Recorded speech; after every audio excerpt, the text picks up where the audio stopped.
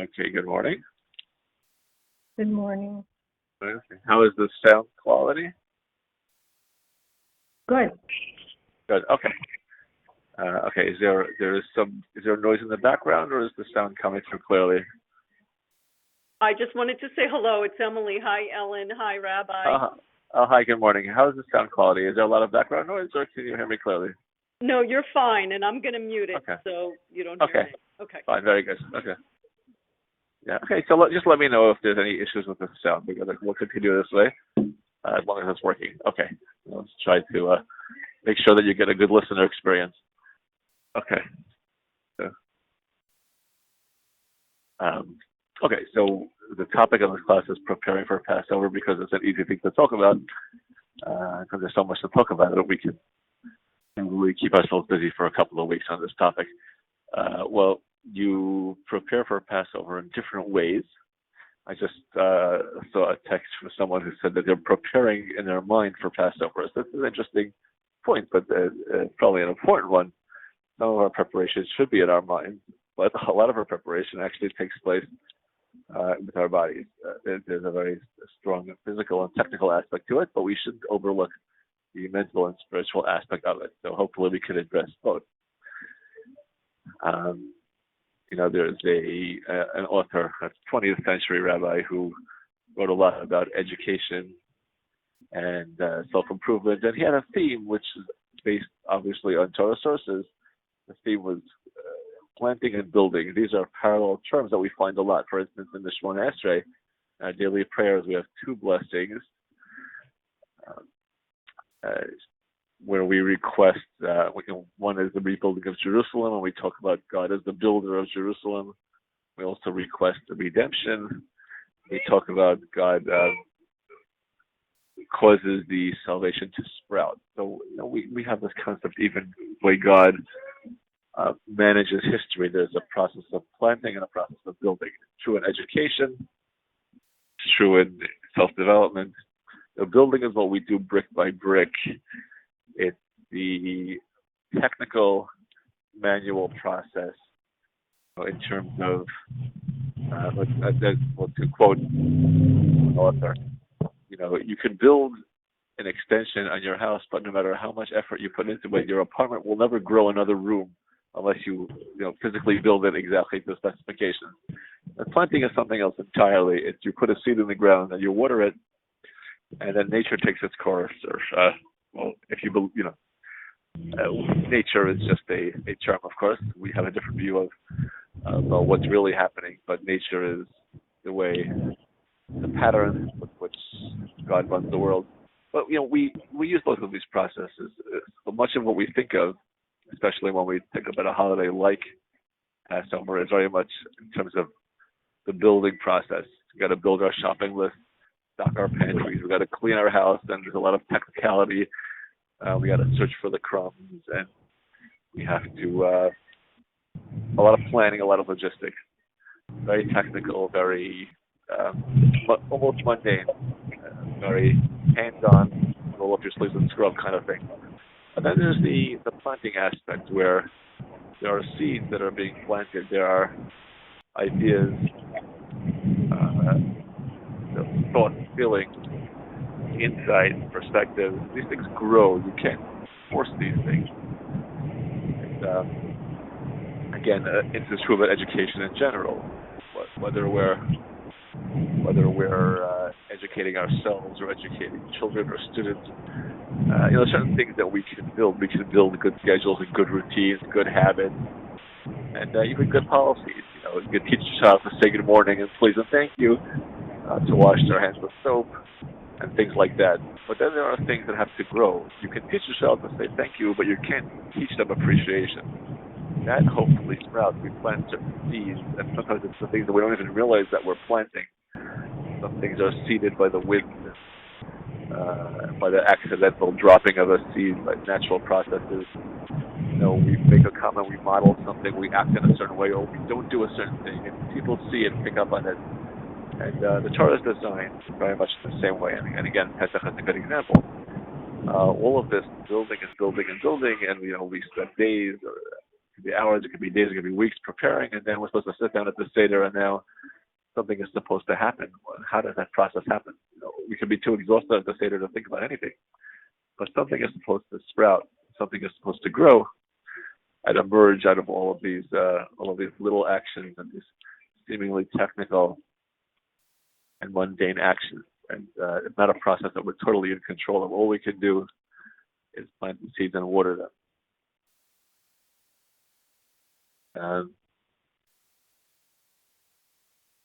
With that in mind, so we can approach the process from both aspects. So in terms of the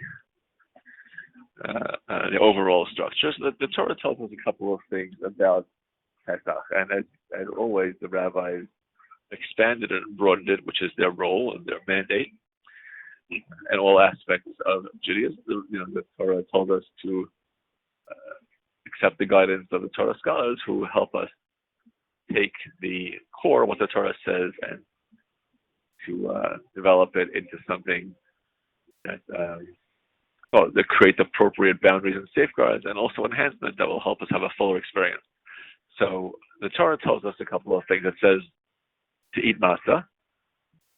It says not to eat chametz, not to own chametz, and to tell the story of the Exodus. That's basically it. The Torah also says a couple of other things. To eat bitter herbs and to slaughter a lamb and eat that. But those are not things that we do today. We don't slaughter the lamb because we don't have the temple, whatever the technicalities of that are.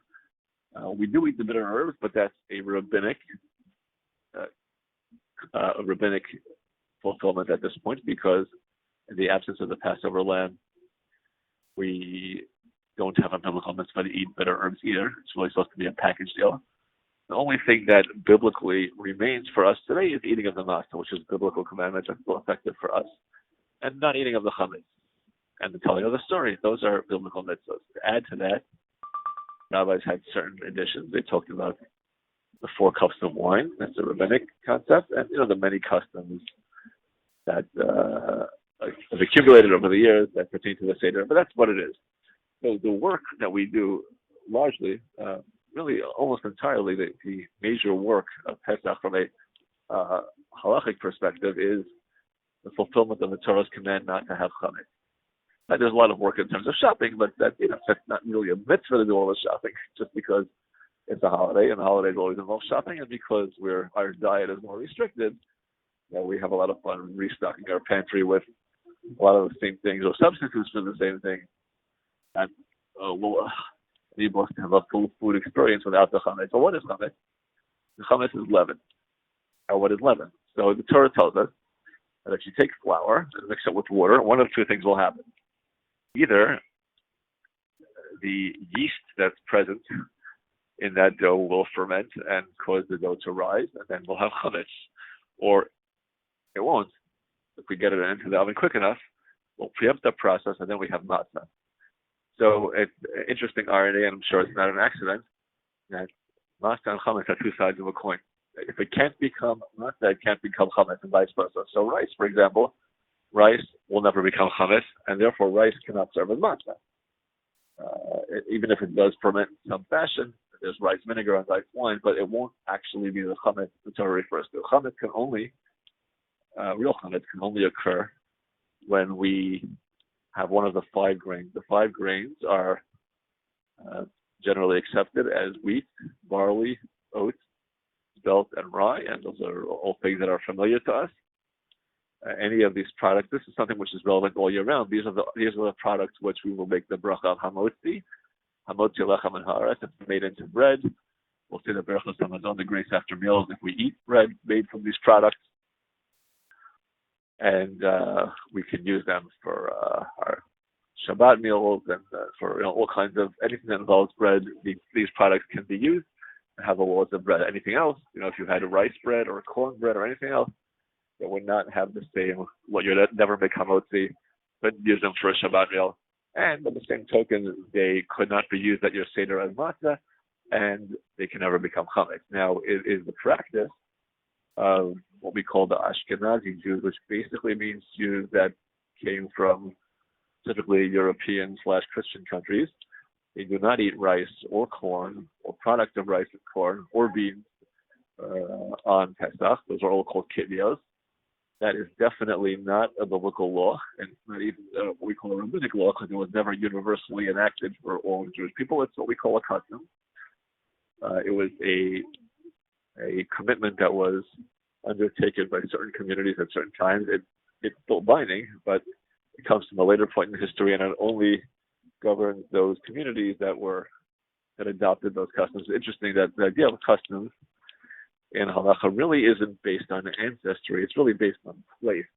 You're bound by the customs of your country, your town, your community. But because we live in a society where everything is a melting pot, everyone has moved around in the last century or so, and people are no longer really rooted to a particular place, and places don't necessarily have what America is a melting pot, Israel is a melting pot. We typically refer back to our ancestry in terms of defining our custom. And the Jewish world is broadly divided into Ashkenaz and Sephardim, which is, of course, a big oversimplification. But basically, the Ashkenazi world was the European Christian world, and the Sephardi world was kind of everything else, or largely the Middle Eastern Muslim world, Near East, Central Asia. Those communities never adopted the kitnios restrictions, so it reminds me of a conversation that I once heard in Russian. Now, you may or may not know Russian, but you can appreciate the story either way. It's when I lived in Queens, which is a real Jewish melting pot, and I heard the following conversation in the Russian mom and pop grocery shortly before Pesach. A lady asked the proprietor, "Eta kosher le Pesach?" And the proprietor said, "Eta kitniot, Ashkenazi ni kushayot, Sephardi kushayot." So you may or may not know Russian, but you can probably make out the sense of that conversation, which was mostly in Hebrew, even if it sounded like it was in Russian. Anyways, the thing with kitnios to understand, again, even if you are Ashkenazi, which for much of America, at least for much of recent history, America has been a predominantly Ashkenazi community, although not every place is equal in that regard. But kitnios is not chametz. It doesn't pretend to be chametz. So, for example, this year when Erev Pesach is on Shabbos, and there's the complicated process of figuring out what to eat, not quite Pesach, but it's almost Pesach, so there's the notion of eating kitnios on that day. Eating products made out of, beans or rice or corn are fine. You can eat them. You can even have, you could eat them before Pesach. You could have them in your house on Pesach. You just aren't supposed to eat them on Pesach. They don't make your house treif, and et cetera, et cetera. Anyways, I'll talk more about that later. So the prohibitions that pertain to chametz are, again, that the Torah says, if you have dough, which is made out of one of the 5 grains, wheat, barley, spelt, soda, and rye, if you mix the flour with water and you wait 18 minutes, then it's pretty much a given that is chametz. It can't be eaten on Pesach. It can't even be owned on Pesach, and it must be completely removed from our possession. Again, if you catch it and bake it quickly enough, then it becomes matzah, and then not only could we eat it, but we're required to eat matzah at the Seder on Pesach and the entire holiday if we want to eat bread. There is a question. There's a debate as to whether there's any particular mitzvah to eat matzah, or it's simply the only bread that we're allowed to have on Pesach. Certainly at the Seder, there's a mitzvah and a requirement to eat that minimum of 1 piece of matzah at the Seder night to fulfill the mitzvah. After that, is there any reason to eat matzah over, let's say, potatoes or some other food? Some say yes, every piece of matzah we eat is a mitzvah. Others say no, it's simply, if you want bread, your best option is to have matzah. But after the first Seder night, eating matzah is it's just simply a food choice that we make until after Pesach when you can have bread again. In any case, though, the major work, unless you have a matzah bakery or a food factory and you're actually producing kosher for Pesach food, the major work for Pesach is not really what we eat. It's simply a question of going to the store and buying suitable kosher for Passover food. The major work is typically preparing the house. And preparing the house means eliminating chametz from our possession. Now, this is a Torah commandment.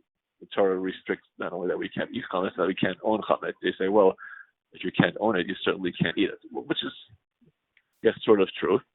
But there's a big difference because it's possible to, well, let's put it, we are very restrictive as far as, to say we're very, what's the word for it? We're much more stringent, we're much stricter about the way we approach the commandment to not to eat chametz. Sorry, hold on a second. Is that okay? Somebody needs water. Hold on. Okay.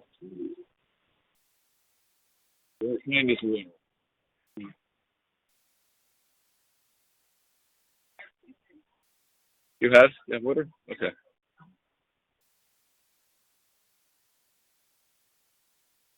Did you call somebody? Do we need to call a medical person?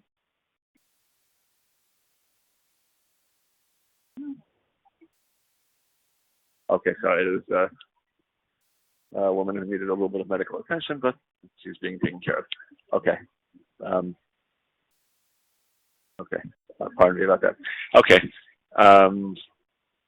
Anyways, so the way we approach the commandment to not to eat chametz is different from the way we approach the commandment of not owning chametz. The eating of chametz obviously is a more intense, and the Torah attaches greater severity to actually consuming the chametz versus just having it in our possession. And when we talk about not eating chametz, we want to keep ourselves from consuming any bit of chametz, and that means even the tiniest drop. In general, when it comes to food restrictions all year round, the classic scenario is you have a big pot of chicken soup or beef stew, and a little bit of milk falls into it. Now, I'm looking at me, of course, is a no-no, but we say if there's 60 ounces of soup and 1 ounce of milk, not to worry. The milk is dissolved and nullified. It cannot be tasted or discerned in any way. And you can eat the soup. The soup is kosher. If an ounce of pork falls into 60 ounces of chicken soup, it's basically the same thing. If it dissolves and disappears and is indistinguishable, then the soup is kosher and can be eaten. With Pesach, we don't say that. We say if 1 crumb of bread falls into 100 gallons of soup, we would throw out the soup. At least if it happened on Pesach. And this may be a rabbinic expansion, whatever the details are. We take a much stricter view, and there are various reasons for that.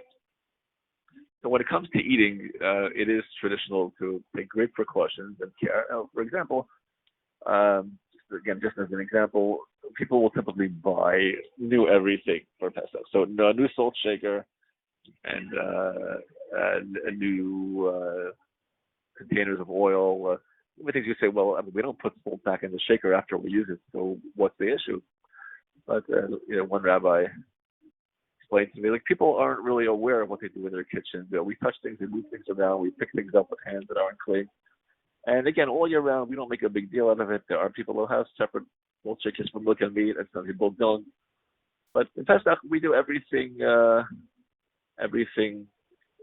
completely new and separate and different. We don't, we want a complete break, an absolute separation between our eating, our eating arrangements all year round and our eating arrangements on Pesach to avoid any contact with our people who will take off the stove knobs or cover them or replace them and anything like that, because there's residue, there are things that transfer. Again, it's not metaphysics, it's science. It's all based on the actual legitimate possibility that there could be bits of food, residue of food that transfers from surface to surface.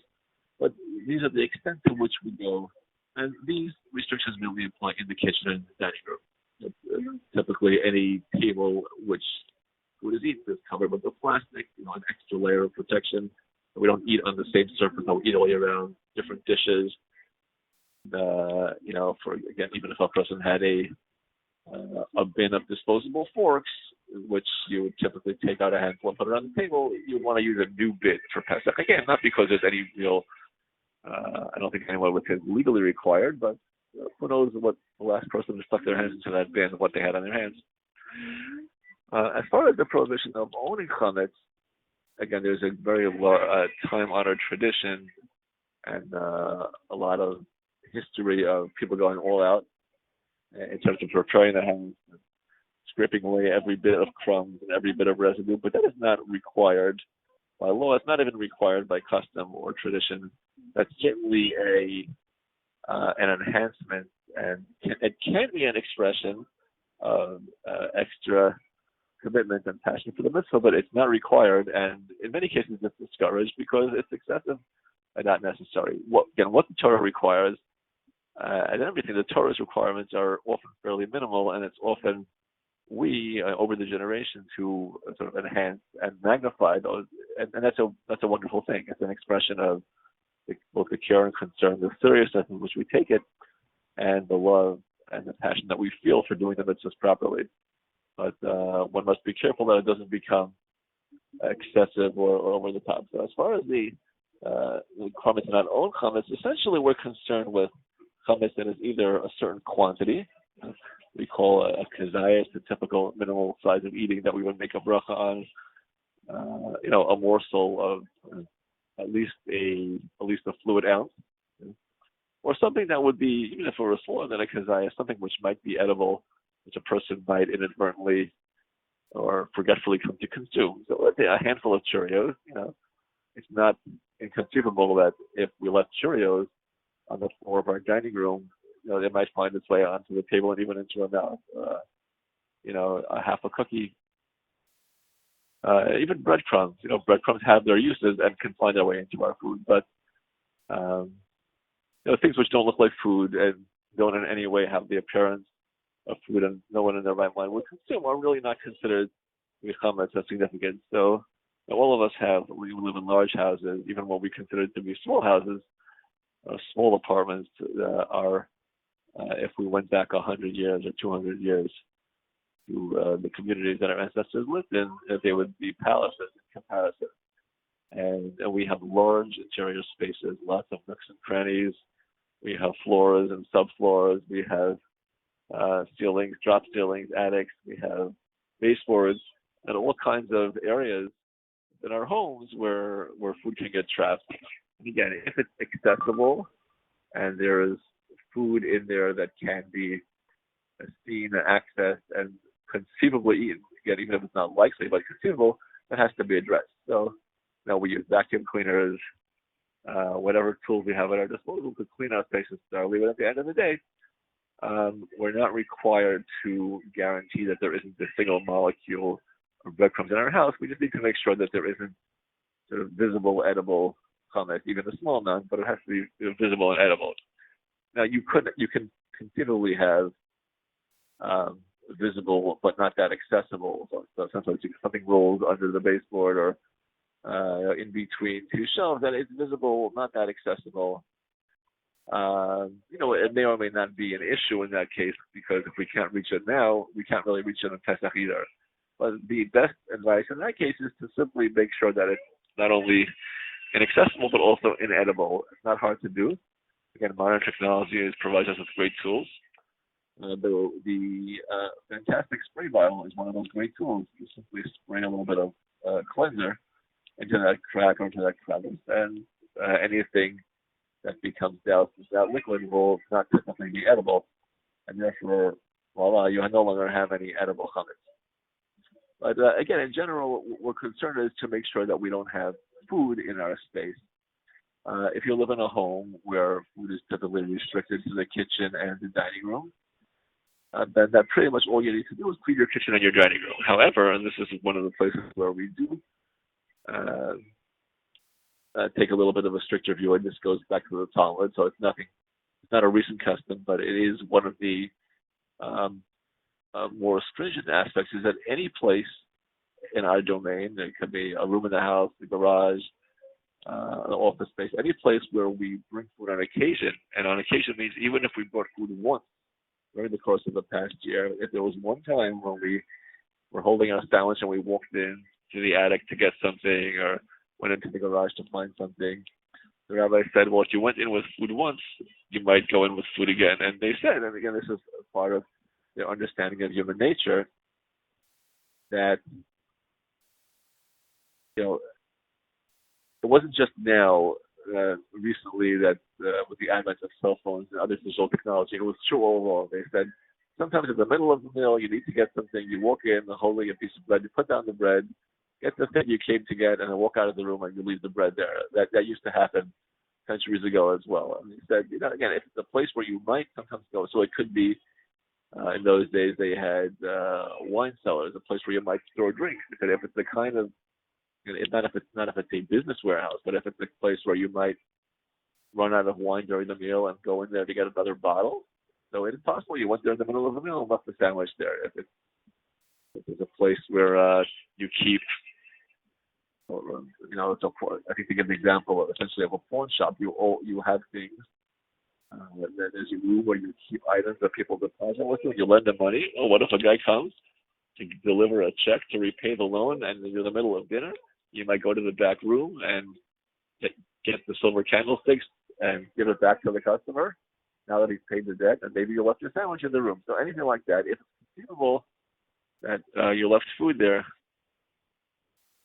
then you have to check it for chametz. But again, you're checking for the type of chametz that could be there. You're checking to see that you didn't leave a sandwich there. At the end of the day, the rabbis tell us that the prohibition of owning chametz can be addressed and can be sort of resolved really in one of three ways, and we do all three. At least on a biblical level, the Torah simply says you must abolish or remove all leaven from your possession. It uses the word, interestingly, tashbisu. Tashbisu is the same root as Shabbat. And the word Shabbat really means, Shabbat is a day of rest. But that's not what the word means. The Lishbos, the root Shabbat really means to cease, to stop something. That something is going and then it stops. So Shabbat is a day of stopping. We're working, we're running, we're doing it, and we stop for a day. That's why Shabbat is considered a day in comparison to the world to come, because this is the world of doing, of moving, of traveling, of going. And the next world is the world of being and existing and eternity and status quo. In a similar sense, Shabbat is like the world to come, because all 6 days of the week we're building, moving, going, buying, developing. And on Shabbat, we have what we have. We eat what we've already cooked. We use what we've already procured. And the house stays in whatever state it was when Shabbat began. And that's what Shabbat is. So the Torah says tashbih. So you should make chametz stop. There should be no chametz. It shouldn't be there. It should cease to be in your possession. Now, how does that happen? It can actually happen in one of three ways. So one way is to destroy, search and destroy, and that's the most iconic and most familiar term. And that's what we're doing. All of the cleaning is really an attempt to search and destroy chametz. How do we destroy chametz? Well, first we got to find it, hence the searching and the cleaning. Once we find it, we've got to eliminate it. How do we eliminate it? In any way you want. You can eat it. You can flush it down the toilet. You could scatter it to the wind. You can even burn it. Now, there is a school of thought, which goes back to the Mishnah, that says that it should be burned. Now, you would say, the Torah says, get rid of it. If it's gotten rid of, then I've gotten rid of it. So what does it matter how I do it? So that there is truth to that. Yet, there is some indication from the scripture that the preferred way, obviously, if you've gotten rid of it, we can't fault you, and we can't consider you in violation. But the right way to actually go through the process is to burn it. And hence, we have the custom the day before Pesach to actually burn chametz. Now, it doesn't mean we've got to burn all the chametz in our house. It just means that through the process of cleaning and eliminating and consuming and gradually clearing out the chametz, we should have at least one piece of bread or something that we can actually throw into the fire as a fulfillment of that positive commandment of burning the chametz. If we don't do it, it's also okay, as long as we've gotten the same result at the end of the day. The chametz is not there. Now that's method one. So it's search and destroy. The thing with search and destroy is that There's another, and it's very strict in the sense that the rabbi said you got to check every single place where you might have had chametz. But there's also a leniency, and that is that if you give it the college try, let's say you search your house and go through every room, and you eliminated all the chametz, and then, I once had, it happened before Pesach, but I remember cleaning out the car and going through the vacuuming process and whatever else, and then the night before Pesach, I did the final search with the candle, and then with a flashlight, I don't remember what and there under the driver's seat, there was an entire cookie. And apparently, I found it the last time around, but I didn't find it the first time. So what does that say about my first round of cleaning, which I thought had been so thorough? And this kind of thing happens to everyone. So what the rabbis tell us is that if you cleaned your house for chametz and there was an entire donut, then it was sitting in your freezer and you just didn't notice it somehow. Let's imagine such a thing could conceivably happen. If that would happen, you would not be violating the Torah's command because you've done the job. No one does a perfect job. You made an effort to rid yourself of chametz, and if you do the best job you can and you discover halfway through Pesach that you missed something, there was an entire room you somehow forgot to clean, and it's full of chametz, it's okay. You didn't do anything wrong. You actually did the mitzvah. Of course, once you find it, you got to get rid of it immediately. For that reason, or for that related reason, various related reasons, Rabbi said, on the one hand, we want to reassure you that cleaning out your entire house is a perfectly fine method, even if you don't succeed 100%. On the other hand, even that, we don't really want to have that situation. And, there's basically, I think there's two reasons that they were concerned. Because what if you do suddenly discover that half-eaten or completely uneaten donut on Pesach? So one of two things could happen. First of all, if it's halfway through Pesach and you're groggy and disoriented from all of that holiday celebrating, you might actually pick it up and take a bite and say, oh, this looks fresh, let me take a bite. And without realizing that you're eating a chametz on Pesach. That's one concern. But another concern, I'm sorry, I'm crossing wires here. That would be a problem regardless of what happens, and that's something which, again, the best way to address that is to eliminate the chametz completely. But they said even aside from that, even if you were to discover on Pesach that there was chametz, and you were to have the presence of mind to remember that it is Pesach and we should do this chametz, you would say, well, what should you do about it? Well, you should immediately get rid of it. And you would go and build a small fire and burn